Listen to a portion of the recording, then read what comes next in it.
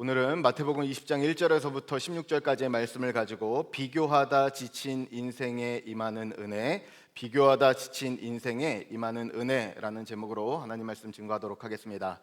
2024년에 OECD에서 조사를 했습니다. 한국 경제 보고서를 연구 후에 제출을 했는데요. 그 내용을 보면 우리나라의 특별히 교육에 대한 내용도 담겨 있었습니다.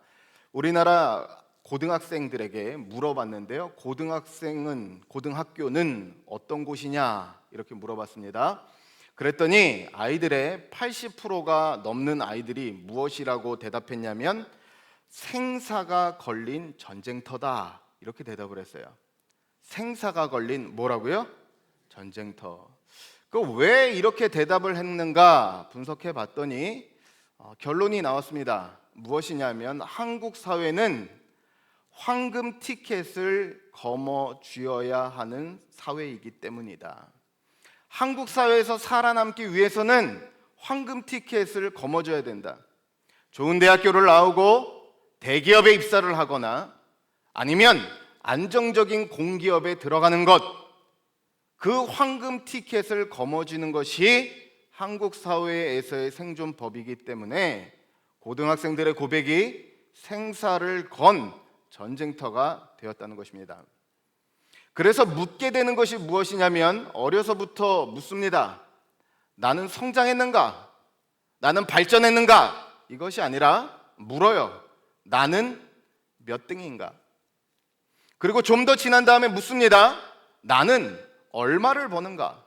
또 지난 다음에 묻습니다. 나는 몇 평에 살고 있는가? 결국 인생에 던지는 질문이 끊임없이 남과 비교 우위에 있는 것입니다. 그렇기 때문에 그 비교 우위에 있지 못하면 낙심하고 초라해지고 행복은 떠나가는 것. 그래서 지금의 한국 사회를 규정한다면 비교를 통해 감사를 잃어버리고 그 틈을 통해 행복이 새 나가고 있는 상태, 그것이 바로 오늘날의 상황이라는 것입니다. 그런데 오늘 말씀을 보니까 우리와 같았던 심정을 가졌던 사람들이 나옵니다. 오늘 말씀을 보니까 태양볕에서 특별히 한낮에 애쓰고 수고한 일꾼들이 나오게 됩니다. 고생했습니다. 수고했어요. 그런데 결국 그들이 나중에 일할 때 결산을 받게 됩니다. 그들의 손에 약속된 것들을 받게 되었어요. 그런데 그들이 행복하지 않습니다. 그들이 원망합니다. 비교합니다. 왜요? 늦게 온 사람이 일을 적게 했습니다. 그때 그들은 불행해졌고 감사를 잃었고 그들은 비교에 눌려 살았습니다. 그런데 오늘 이 말씀을 통해서 주님께서는 비교 사회를 사는 우리에게 우리가 가져야 되는, 우리가 이 시대를 역행하며 살아갈 수 있는 은혜의 원리를 가르쳐주고 계십니다. 저는 오늘 이 시간들을 통해서 다시 한번 우리 삶 가운데서 주님께서 비교 우위를 통한 행복이 아니라 여전히 우리 손 가운데 주신 것들을 다시 볼 수 있는, 다시 확인함을 통하여 우리 삶 가운데 감사를 회복시켜 주시는 은혜가 있을 수 있기를 간절히 축복합니다. 오늘 말씀은 첫 번째로 우리에게 이렇게 이야기합니다. 무엇이냐? 바로 주님은 끝까지 찾아서 부르시는 분이시라는 거예요. 한번 같이 고백할까요? 주님은 끝까지 찾아 부르신다.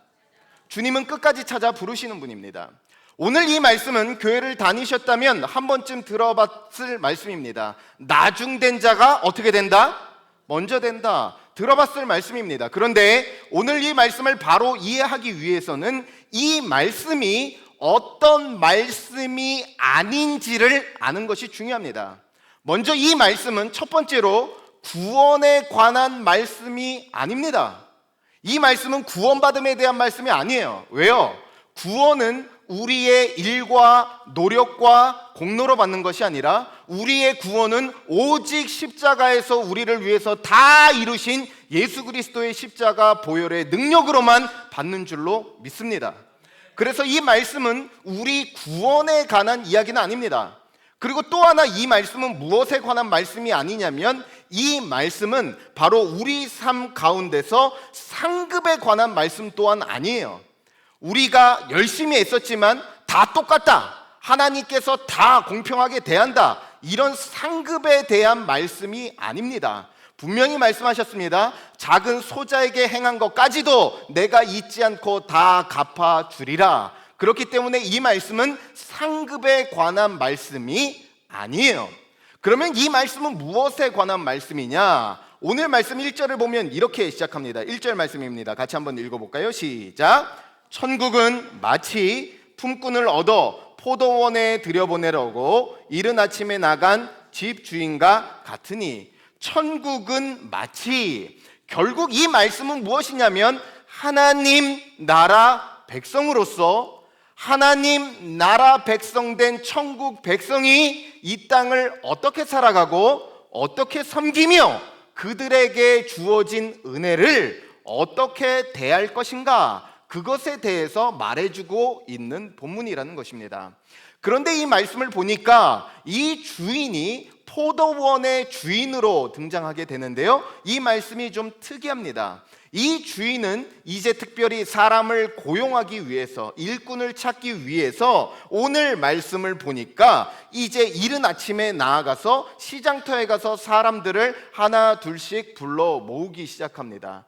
그런데 한번 생각을 해보십시오. 사람을 고용해서 사람에게 돈을 주며 사람을 부릴 때 어떤 것이 가장 효율적이겠습니까? 이른 시간에, 특별히 당시의 유대인들도 6 to 6, 6시부터 6시까지 일했기 때문에 당시의 노동력으로서 가장 이른 시간부터 6시까지 일하는 게 가장 효율적인 방법입니다. 그런데 오늘 말씀을 자세히 읽어보면 이 말씀에 나와 있는 이 포도원 주인은 무려 5번을 나갑니다. 6시에 나가고 9시에 나가고 12시에 나가고 3시에 나가고, 계속적으로 말씀에 나와 있는 이 사람은 나가서 사람을 고용하고 또 데려오고 또 데려오고 있었다는 사실입니다. 왜 이 사람은 계속 나아가서 사람을 고용하고 있었는가? 이유는 하나입니다. 가장 쓸만한 사람, 가장 똘똘한 사람, 가장 능력 있는 사람을 찾는 것이 아니라 그 사람이 무려 5번에 걸쳐서 나아갔던 이유는 딱 하나예요. 이 주인이, 이 포도원 주인이 찾아야 될 사람, 어떻게 해서든지 찾아내야 되는 그 한 사람이 있었기 때문이라는 것입니다.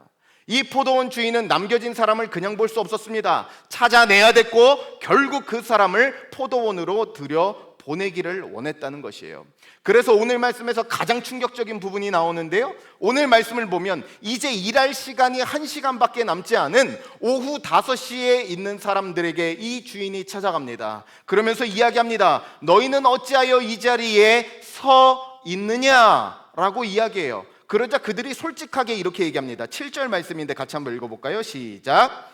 이르되 우리를 품꾼으로 쓰는 이가 없음이니이다. 이르되 너희도. 자, 오늘 말씀에 나와 있는 이 사람들, 제11시에 광장과 시장터에 서 있던 사람들, 이 사람들은 어떤 사람입니까? 선택받지 못한 사람들입니다. 더 중요하게 말해서 세상적인 가치로 볼 때 이 사람들은 필요와 쓸모가 없는 사람들이었어요. 계속적으로 사람들은 지나쳤습니다. 그러나 이 주인은 마침내 그 사람을 찾아가서 반드시 만나고 들여 넣어줘야 할 사람이었다는 것입니다.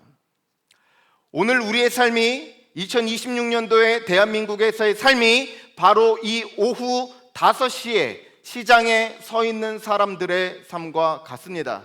청년들이 취업을 위해서 20곳, 30곳 이력서를 넣어요. 그런데 받게 되는 통보는 거절입니다.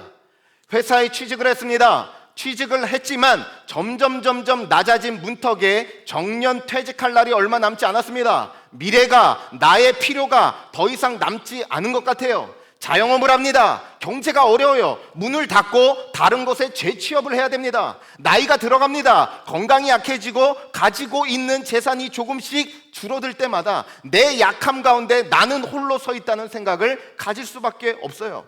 우리 인생이 이 시대를 볼 때 오후 5시에 시장터에 서 있던 사람과 정확하게 오버랩 된다는 것입니다. 그런데 한 가지 중요한 것은 무엇이냐? 그 저녁 5시에 서 있는 그들을 바로 포도원 주인은 찾아 나섰다는 사실이에요. 세상적인 관점으로는 그들이 필요 없을지 몰라도 이 포도원 주인에게 그 사람은 반드시 있어야 되는 사람입니다. 반드시 찾아내야 되는 사람입니다. 하나님 나라에 있어서 반드시 찾아내고야 말아야 되는 사람들이었다는 사실인 것입니다. 그렇기 때문에 우리 삶의 이유는 어디 있는가? 바로 주님께서 5시에 서 있는 것 같은 우리의 삶을 여전히 지나치지 않으시고 여전히 찾아오시고 너희도 포도원에 들어가라. 내가 찾는 사람이 너희니, 내가 선택한 것이 너희니 들어가라 말씀하시는 오후 5시를 찾아 헤매시는 그 주님이 있기에 그곳에 우리의 삶의 이유가 있다는 것입니다. 그래서 헨리 나우엔이라고 하는 굉장히 저명한 신학자가 있습니다. 예일대학교하고 하버드 대학교에서 교수를 하신 분이에요. 똑똑한 분입니까? 아니면 안 똑똑한 분입니까? 똑똑한 분이에요. 세계적인 학자입니다. 그런데 이분이 말년에 하버드에서 가르치다가 나중에 그 자리를 걷어차고 정신지체가 있는 공동체의 목회자로 들어가게 됐습니다. 그런데 이 교수님이 당시에 케어하고 담당했던 사람이 누구였냐? 아담이라는 사람이었어요.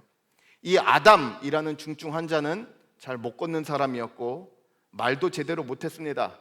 밥도 자기 손으로 떠서 못 먹는 사람이에요. 먹여줘야 돼요. 한번 생각을 해보십시오. 이 아담이라는 사람이 세상 가운데 살아가는 게 남의 도움 없이는, 부축 없이는 설 수 없는 사람입니다. 그런데 이 헨리 나우엔이라는 사람이 죽기 전에 마지막으로 책을 썼어요. 책 제목이 뭐냐? 아담, 하나님의 사랑받는 자. 책 제목이 아담, 사랑받는 자예요. 세상적인 관점으로 보면 이 사람은 어떤 사람입니까? 필요 없는 사람입니다. 기능 역할 못하는 사람이에요. 그런데 이 사람이 평생을 남은 삶을 그 사람과 같이 하다 보니까 아담은 하나님의 사랑받는 자예요. 하나님이 찾으시는 사람입니다. 하나님이 외면하지 않고 지나지 않는 사람이에요. 그러면서 이야기합니다. 내 인생의 스승은 가장 저명한 학자들을 만난 것이 아니라 내 인생의 가장 큰 스승이 아담이었다. 성도님들 잊지 마십시오. 하나님 앞에서 버려지거나 잊혀지거나 지나치는 사람은 단 한 사람도 없습니다. 오늘도 오후 5시에 서 있는 그 한 사람을 찾아 나서는 주님이 계시기에 여전히 우리의 삶은 이유가 있어요. 살아갈 이유와 목적이 있습니다. 왜요? 너희도 포도원으로 들어가라.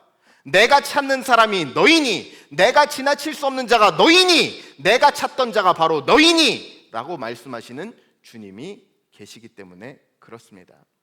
저는 간절히 바랍니다. 우리 삶이 점점 오후 5시를 헤매는 삶과 같을지라도 여전히 우리를 찾아오시는 주님으로 말미암아 내 삶의 하루 더의 의미를 발견할 수 있는 은혜가 있기를 간절히 축복합니다. 또 말씀은 우리에게 이렇게 이야기합니다. 다음으로 무엇이냐면 은혜는 이제 비교 앞에서 원망이 된다는 것입니다. 같이 한번 고백할까요? 시작. 은혜는 비교 앞에서 원망이 돼요. 자, 이제 해가 저물었습니다. 사람들에게 일한 대로 보수를 갚아주기로 약속을 한 대로 이제 결산을 하게 됩니다.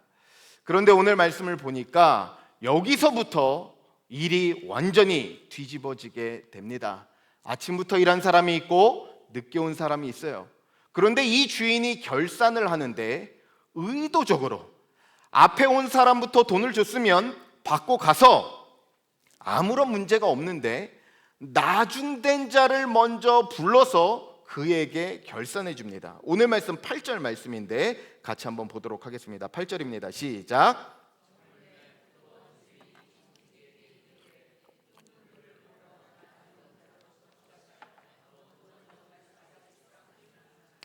자, 오늘 말씀을 보니까 나중에 온 사람부터 결산하여 줍니다.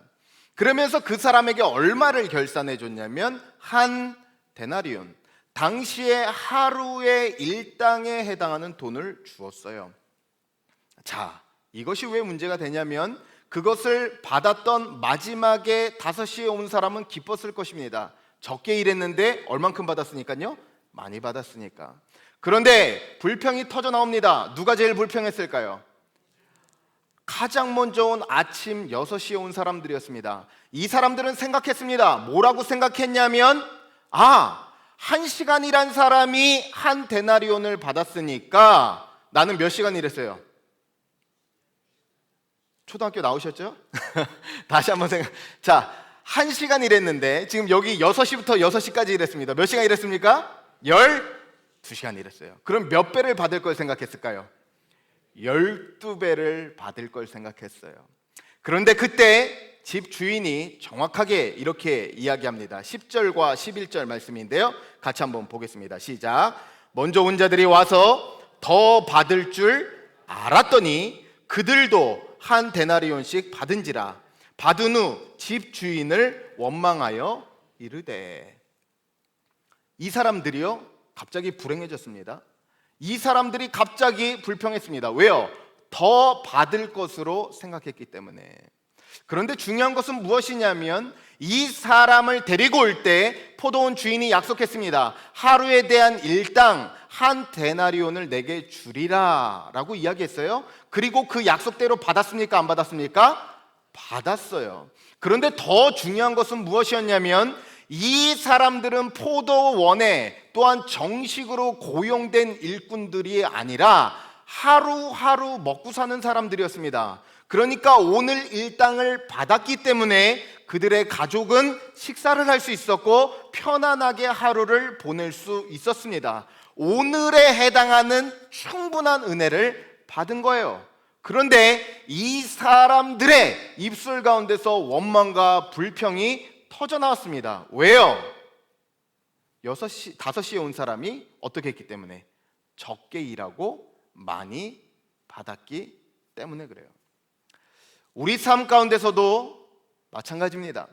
우리 인생이 불행한 것은 내가 적게 받고 내게 임한 은혜가 적어서가 아니라 우리가 자꾸 내게 있는 것이 아니라 남에게 있는 것에 집중하기 때문에 그래요.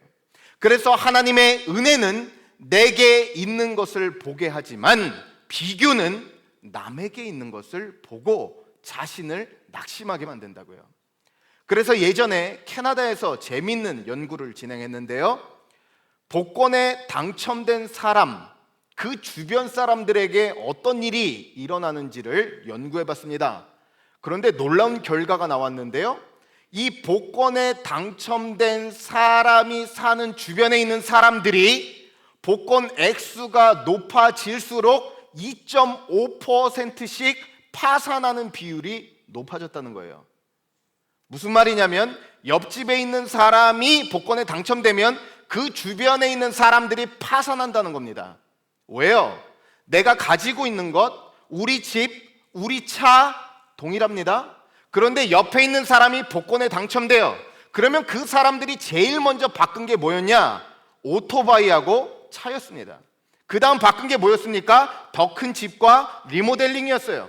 그러니까 결국 내게 주어진 것과 사는데 다 충분한 게 있었음에도 불구하고 그들은 파산하고 불행했습니다. 왜요?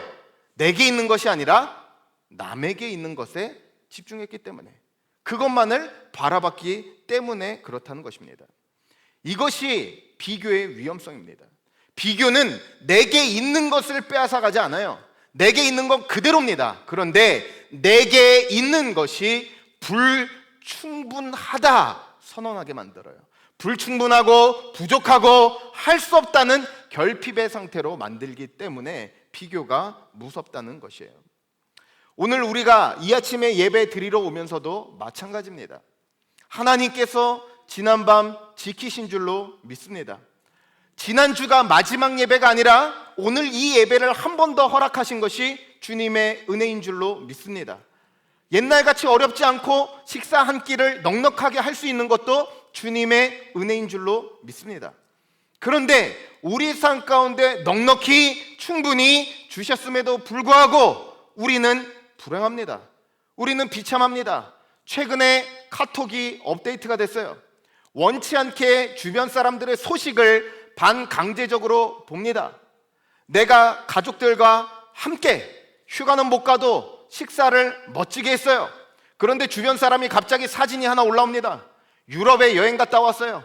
저기에 파리의 에펠탑이 보입니다. 그런 걸 보는 즉시 내가 누렸던 가족들과의 행복은 산산조각 납니다. 감사가 증발돼 버리기 시작한다는 사실이에요.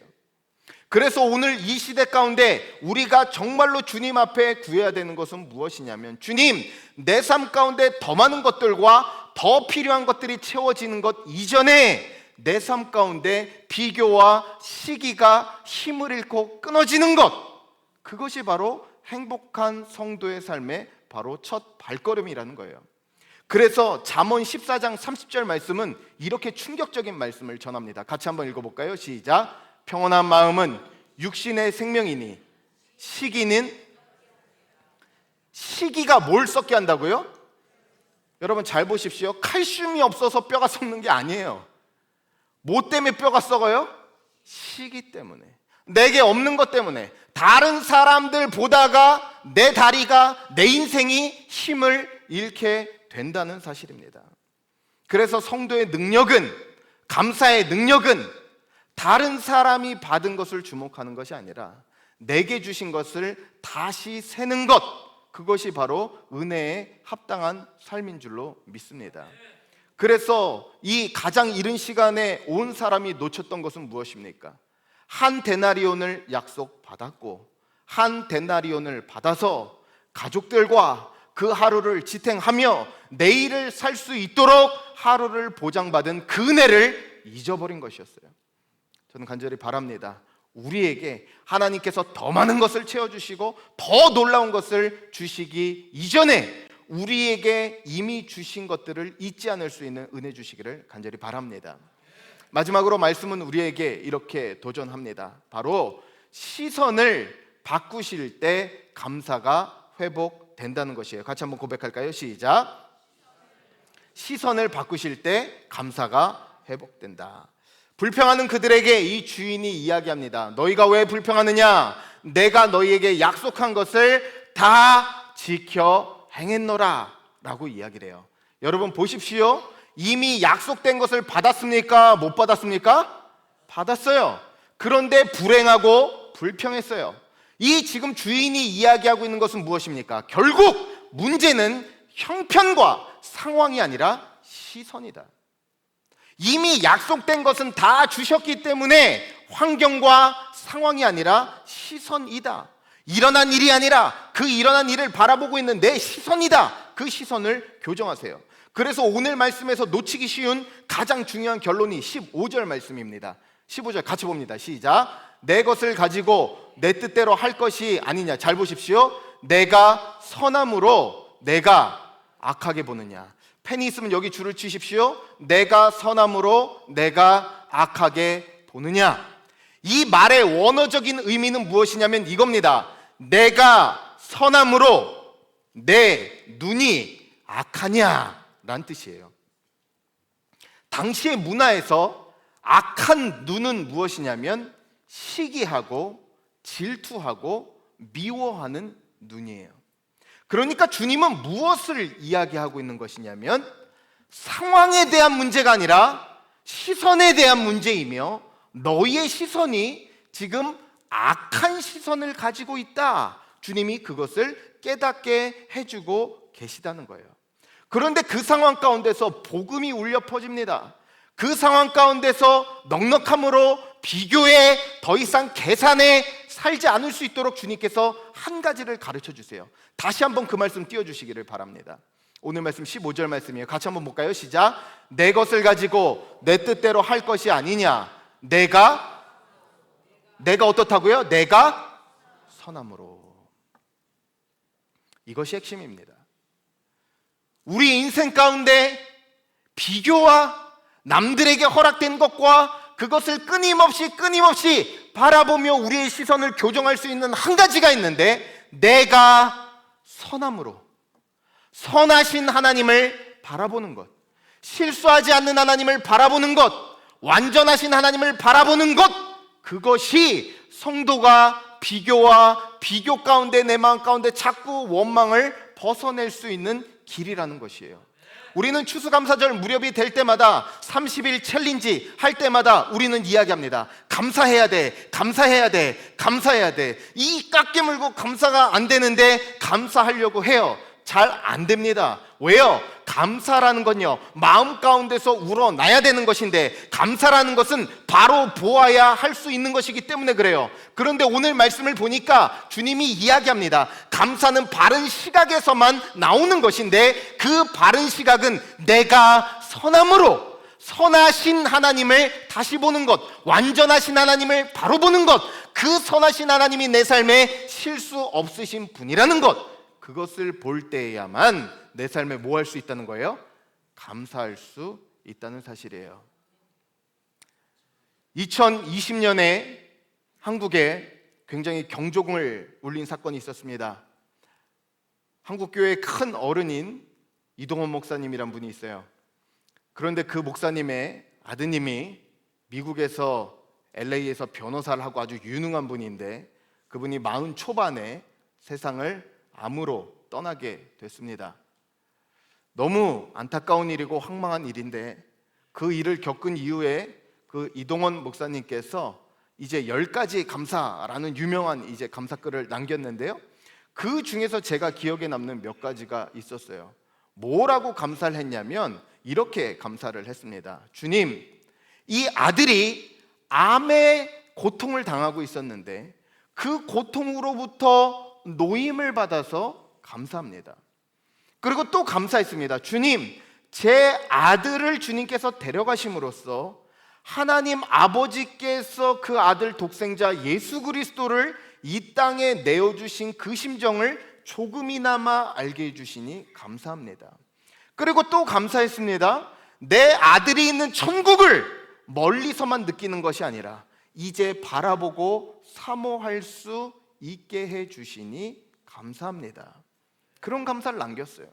여러분, 상황적으로 보십시오. 자신의 성공적이고 최고의 커리어를 달리고 있는 그 아들을 하나님이 데려가셨어요. 원망하지 않겠습니까? 불평하지 않겠습니까? 하나님 살아계시냐고, 하나님 어떻게 그럴 수 있느냐고 분노와 원망을 충분히 쏟아놓을 만하다고요. 그런데 그 상황 가운데서 감사가 터져 나올 수 있었던 유일한 이유는 내가 선함으로, 그 상황 가운데 하나님의 선하심이 보였기 때문에 그래요. 병에서 노임을 받게 하셨고 주님의 심정을 알게 하셨고 천국을 사모하게 하셨다. 내 인생에 하나님은 선하시다. 그 하나님의 선하심을 붙잡았더니 그 자리 가운데서도 감사가 고백될 수 있었다는 사실입니다.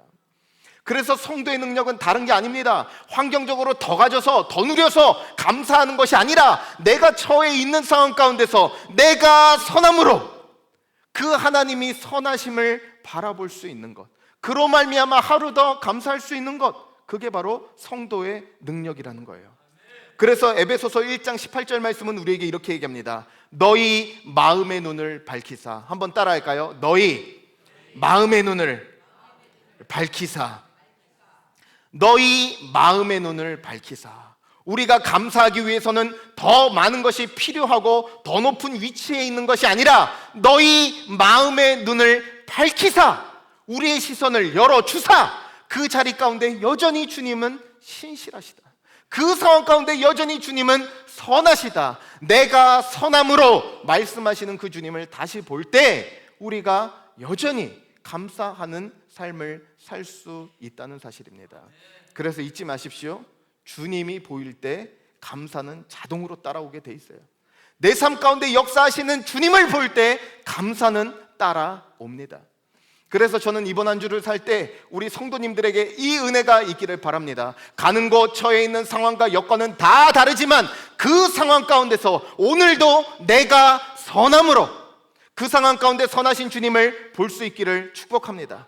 그럴 때 그 주님을 볼 때 감사는 따라옵니다. 감사는 고백될 수밖에 없어요. 그래서 이번 한 주를 살아갈 때에 우리 삶에 감사가 모자른 삶이 아니라 주님을 다시 봄으로, 주님을 밝히 봄으로 우리 삶 가운데 셀 수 없는 감사가 다시 한번 고백될 수 있는 이번 한 주의 삶이 될 수 있기를 주님의 이름으로 간절히 축복합니다.